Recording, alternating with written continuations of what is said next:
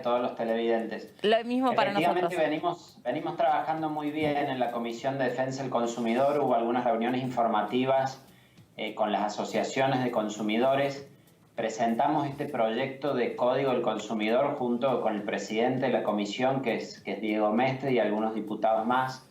Debemos tener en cuenta que este es un proyecto que se había discutido también en el Senado antes y viene de un anteproyecto elaborado por los académicos, por las facultades, es decir, que viene con mucha discusión, teniendo en cuenta que la Ley de Defensa del Consumidor es del 93 y tiene ya 27 años de vigencia. Entonces, muchos de los puntos que ustedes hablaban recién hay que actualizarlos. Sí. Clave es, por ejemplo, lo de los servicios públicos domiciliarios. Claro. Como ustedes marcaban, las empresas, sobre todo de telefonía móvil, de internet, tienen muchos reclamos, tienen demoras en el tiempo que contestan esos reclamos, y acá la idea es poder ponerle plazo, poder vincular con los organismos de defensa, hacer que respondan esos reclamos y los resuelvan efectivamente. Vamos a tratar de no volver esta entrevista una cuestión personal, porque tengo varias cosas que consultar, pero ese código, ¿qué establecería y cuál sería, digamos, la penalidad que le correspondería a una empresa si no cumple con ese código del consumidor? Bueno, está establecida la sanción punitoria, que es similar al daño punitivo, como se llama, y que puede ser hasta 20 salarios mínimos de multa por eso. Es decir, hay multas fuertes, más allá de lo que es la compensación por el reclamo en sí. Y regula una situación que ustedes mencionaban recién, que es la de crea la figura del consumidor hipervulnerable. Claro. Que es el caso, por ejemplo, de los ancianos o de los que por edad u otra situación se terminan las compañías aprovechando de ellos por la no posibilidad de reclamo que tienen. Claramente, las formas de contratación han cambiado mucho en estos 27 años. Hay mucha contratación a distancia por internet. Ha crecido sobre todo, como decía, el uso de estos servicios públicos domiciliarios, que es lo que ustedes contaban recién, en lo que, salvo de que se esté insistiendo, como marcaban, y generando mala imagen sobre la empresa, no hay respuesta. Entonces, esto tiene que estar muy bien regulado en cuanto a los plazos, el vencimiento de eso, y lo que se hace también es jerarquizar la autoridad del consumidor con una autoridad nacional del consumidor que realmente tenga poderes de obligar a las empresas a dar esa respuesta o eventualmente compensar. Una pequeña inquietud. Por ejemplo, ¿también incluye resarcimientos para publicidad engañosa? Sí, la figura de la publicidad engañosa estaba antes regulada también en una reforma que se hizo sobre la ley. La idea de esto es hacer una codificación, es decir, así como pasa con el Código Civil y Comercial o con el Código Penal, reúne algunas de las reformas que se fueron haciendo en materia de relaciones de consumo, caracteriza bien esas relaciones jurídicamente, establece los derechos que los consumidores tienen, teniendo en cuenta que siempre hay una relación muy desigual entre todo lo que la empresa conoce respecto al contrato de consumo y lo que los consumidores están sujetos a esas normas, y busca ponerlo en un pie de igualdad o reparar eso a través de esta codificación completa. Lo que hoy va a arrancar es una exposición por parte de los especialistas que muestran cómo desde lo académico se vino trabajando en esto para que a partir de eso podamos evaluar en la comisión la sanción de esta normativa. Es una norma extensa, por supuesto, con muchos artículos que hay que ir viendo cada parte en particular. Diputado, una consulta. Nosotros contábamos el caso de Melina, que los otros días delante nuestro estuvo hora y media llamando a un banco de fuera primer del nivel. aire, diputado. Sí, sí, y no lo atendían nunca, y eso nos pasa permanentemente. Lo que yo pregunto es, digo, debería haber un contrato donde la entidad prestadora de servicios públicos, un banco, atienda como corresponde a los clientes y que nosotros también paguemos como corresponde. Un contrato de respeto mutuo de las obligaciones de ambos sectores o ambos lados. Pregunto, yo decía, uno mira el currículum de Cacase y vivió por cuestiones de estudio en varios países del mundo. ¿Usted cree que acá hay cierta actitud, un poco de indolencia de algunas empresas para el cumplimiento con los clientes? ¿Es algo argentino? ¿Cómo ha visto en la comparación en otros lugares donde le ha tocado estar, diputado? Sí, me parece que hay cierto aprovechamiento, sabiendo que estirando así las empresas son muy rápidas para cobrar, pero muy lentas para dar respuesta a los reclamos. Claro. Se aprovechan de que no haya sanciones duras, efectivas y prontas sobre eso. Y por eso creo que es muy importante lo que existe en otras directivas, como por ejemplo las de la Comisión Europea sobre los servicios públicos domiciliarios, es que ponen en los canales de atención que haya plazos muy concretos de respuesta. Entonces la sola demora en el plazo para responderla puede llevar a la empresa a una sanción. Eso se está buscando regular con este código también, así como se establece que más allá de que haya canales alternativos de atención, como puede ser el telefónico o por las redes, sí o sí debe haber un lugar de atención pública personalizada, con un domicilio físico donde asistir. Este código está obligando a que las empresas hagan eso. Eso es fundamental, porque esa sensación de que uno entra, como yo le llamo, una tercera dimensión, que te atiende el famoso asistente virtual, que no sé quién es el que inventó el asistente virtual, que lo único que hace es desasistirte. Sí. Yo le digo, invíteme a la comisión porque tengo mucho para aportar. No te ilusiones, Melina. Hay una realidad acá muy palpable que marcan los consumidores, y es que para poder contratar un servicio se hace en un minuto por internet o llamando con ese asistente y apretando 2 teclas del teléfono. Pero cuando uno quiere desuscribirse de un servicio, quiere cancelarlo, la cantidad de pasos que ponen las empresas buscan evidentemente trabar eso, y eso es parte de lo que no puede pasar y tiene que estar regulado. Diputado, ¿qué tal? Vero Benaim lo saluda. Pensaba... ¿Número de reclamo? Reclamo tal cual. Pensaba en lo que hablaba de otros lugares del mundo y estas comparaciones que, bueno, por suerte le tocó vivir y observar en otros lugares cómo funcionan las regulaciones. Y pensaba que esto es otro de los problemas que no es nuevo en nuestro país, que tiene larga data.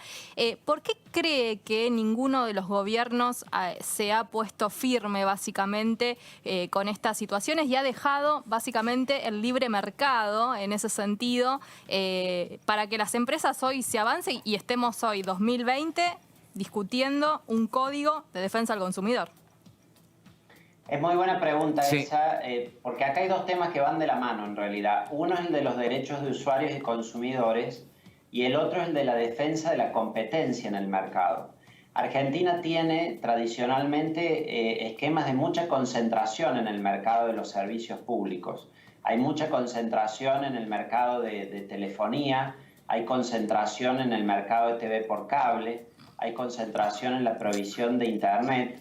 Y naturalmente lo que hacen otros países es quebrar esas concentraciones de mercado y regular la defensa de la competencia. Este es un mandato constitucional que tenemos, de hecho, en Argentina desde el 94, pero nunca ha habido una voluntad política decidida de defender la competencia en el mercado, y se ha permitido, en definitiva, la concentración, y con esa concentración, obviamente, que luego las empresas se abusan, más cuando hay sistemas de redes en los que uno no puede migrar fácilmente. Bueno, por eso lo que se estableció alguna vez sobre la portabilidad numérica debiera ser básicamente extensible a todos los servicios que uno pueda pasarse a otra red sin ninguna dificultad. Bueno, y ahí, diputado, lo que pasa es que cuando vos a veces pretendés confrontar con los intereses de las empresas, a veces no es sencillo y pagás costos elevados, ¿no? Yo me acuerdo, tengo muy presente lo que pasó con el kirchnerismo, por ejemplo, cuando Néstor Kirchner fusionó o habilitó la fusión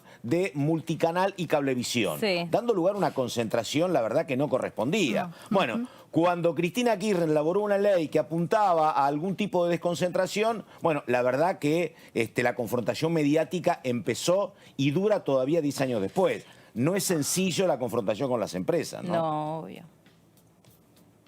Efectivamente, bueno, esos episodios que marcas muestran las dificultades que ha tenido en el país, pero creo que si queremos garantizar los derechos de los consumidores, debe haber también un resguardo de la competencia en el mercado. Coincidimos, donde hay concentración, hay abuso sobre los consumidores. Sí, totalmente. Hay cierta contemplación en este código que ustedes pretenden generar para los daños que son más difíciles, que son más intangibles, que son los daños que pueden ser del tipo emocional que un usuario o un consumidor pueda tener como consecuencia o de una publicidad engañosa o de alguna situación a donde se avasallen sus derechos. Por ejemplo, estoy pensando sobre la famosa ley de talles, lo que puede representar desde la estructura psíquica, desde la emocionalidad de una persona, que esa ley no se cumpla, vaya a un lugar, no pueda vestirse como quiere, no pueda elegir de una misma prenda el talle adecuado para esa persona. Eso genera un daño, por un lado tangible, concreto, pero por otra parte un daño que es emocional, que es psicológico. Y las empresas parece que no tienen corazón. Yo ya lo sé. Acá me dicen que soy Heidi. Yo ya sé que no tienen corazón las empresas, pero por ahí se puede legislar algo que se le parezca a que también paguen por eso. Por ejemplo, no sé, si uno contrata un viaje, el famoso viaje de egresados que después la empresa te estafa, no sucede, hay un daño que es concreto, que es económico, pero también todo el daño que eso significa para la emocionalidad de los chicos, por ejemplo. O la impotencia que da un reclamo. Que no se te llega, infructuoso. Claro, no te llega a cumplir y da mucha impotencia, sobre todo en la gente mayor. Lo que el código busca regular es ciertos deberes que los proveedores tienen de servicios o de productos. Es decir, un deber de informar claramente el producto que se está vendiendo. Un deber de que si se hizo publicidad sobre algo debe ser exactamente lo que se prometió, lo que luego se provee. Un deber de no discriminar entre las personas en función de ninguna índole. Entonces, cualquiera de estas infracciones a los deberes generan responsabilidades objetivas sobre el proveedor. Es amplio el catálogo de deberes que tienen, pero después, por supuesto, si se vulneró la atención al consumidor, si se realizó una práctica abusiva, si no se lo trató equitativamente, si se violó la dignidad del consumidor, todas estas son situaciones que pueden dar lugar a responsabilidad que, por supuesto, después la autoridad regulatoria o eventualmente la justicia deben determinar. Pero sí, podría haber situaciones de responsabilidad como esa, pero siempre atendiendo infracción de deberes objetivos. Sí. Tienen un largo trabajo, diputado, claramente. Se me viene a la cabeza una ley que no se está cumpliendo de ninguna manera y salió de este Congreso hace muy poquito y es la ley de góndolas. Esa situación que no se cumple de ninguna forma las grandes cadenas de supermercados. ¿Qué pasa cuando ni siquiera ya acatan una ley salida del Congreso de la Nación, ¿no? Estas empresas. Porque hablamos muchas veces, ¿no?, de que se generan muchas leyes en el Parlamento, pero después... ¿Qué temita, después, Verónica? Se aprueban, salen, se promulgan y no hay sanciones. Claro. Por un lado, creo que tenemos que tener cuidado de no sobreregular la oferta. Es decir, en algunas cosas la oferta del mercado responde a lo que hay demanda de los consumidores. Si yo empiezo a forzar a los oferentes a que tienen que ofrecer más cosas allá de lo demandado, hay complicaciones a partir de eso. Sin embargo, si la ley efectivamente lo ha hecho y dispuesto, eso genera un derecho del consumidor a que se provea ese producto. Y por ende, por supuesto, eso podría ser denunciado también. Hay otro... Ay, perdón, no, Pato, por favor, estoy muy activa con esta nota. Le pregunto, veo que tienen muchos temas de yo estoy muy informada en la temática. Nos sentimos identificados. Sí, es que todos tenemos una historia para contar y lamentablemente muchos de los reclamos que iniciamos, como no terminan de haber lugares específicos que puedan atender o recoger esos reclamos, uno dice, bueno, más sí, ya está, lo paso a la columna de gastos, perdido por perdido, Totalmente. ya está. Y bueno, uno no tiene la cultura, como por ahí decías vos, en otras partes del mundo, de decir, no, momentito, a mí me vendieron que esto tenía, este alimento tenía, no sé, 0% de grasas, tiene 0.1%, voy y lo reclamo. Las etiquetas de los alimentos, es otra gran estafa. Perdóneme, diputado. Claro, ese caso que estás marcando, por ejemplo, con lo nutricional, es un clarísimo ejemplo de violación al deber de informar. Sí. Es decir, si a vos te vendieron algo que resulta que la etiqueta muestra un contenido distinto de los ingredientes que tenía y a partir de eso te produjo un perjuicio, ese es un caso típico de responsabilidad, por supuesto. Sí. Diputado, perdóneme, por lo que estoy escuchando, me parece que no debería haber demasiadas disidencias para elaborar un dictamen en coincidencia con otros sectores, con el oficialismo, con otros partidos. ¿Cómo está la cuestión interna dentro de la comisión? ¿O hay posiciones muy distintas? Bueno, no, se estuvo hablando como para poder avanzar en una legislación así. La verdad que en el Senado se frustró, no conozco completamente las circunstancias de eso, pero por eso elegimos con el presidente de la comisión presentarlo en el ámbito de diputados. Creo que como una cuestión ideológica, digamos, desde los distintos bloques hay vocación de proteger las relaciones de consumo. Me parece que nadie está en contra de eso. Lo que tiene es que una norma de esta complejidad, cuando estamos codificando todo, requiere de la opinión de muchos de los expertos, de las asociaciones de consumidores, entonces tampoco es algo para resolverlo con la celeridad de una reunión para otra. Sí. Por eso la idea es celebrar estas reuniones informativas, escuchar a todos los expertos, escuchar a todos los consumidores, que miren en esta charla nomás que tenemos todas las cosas que van surgiendo. No sé cómo no me invitaron. Y después en función de eso sacar la norma. Pero me parece que sería absolutamente de avanzada que Argentina cuente con un código de defensa del consumidor. Sí. Diputado, lo cambio de tema porque, bueno, usted es un diputado bastante activo.